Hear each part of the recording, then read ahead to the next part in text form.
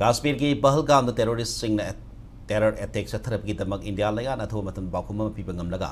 मणिपुर की सही एनी फाजिल लब इरांग असिददी करिगी दमक सब साब थबक लखत पंगम दबनो हाइना शिव सेना मणिपुर प्रदेश के प्रेसिडेंट M.Tombi ने वहंग तौरकली इम्फाल बाउपराद लेबा पार्टी सिंह ऑफिस पाउमी सिंह उनबद Tombi ने मखा तारादना पहलगाम टेरर अटैक सेना टेररिस्ट सिंह माइथी पीनबा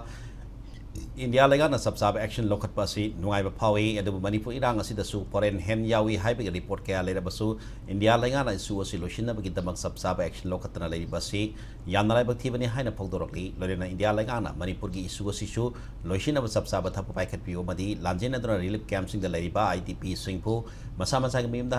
हंदुना लैहन्नबगी दमक थप लखटकदबनि अमदी इरांग असिदक लैखिदबसिंग पिथोक्तना लेरिबा कॉम्पेंसेशन सिंग मपुंग फाना पंगनगदबनि हाइना सुल तक्सिलकली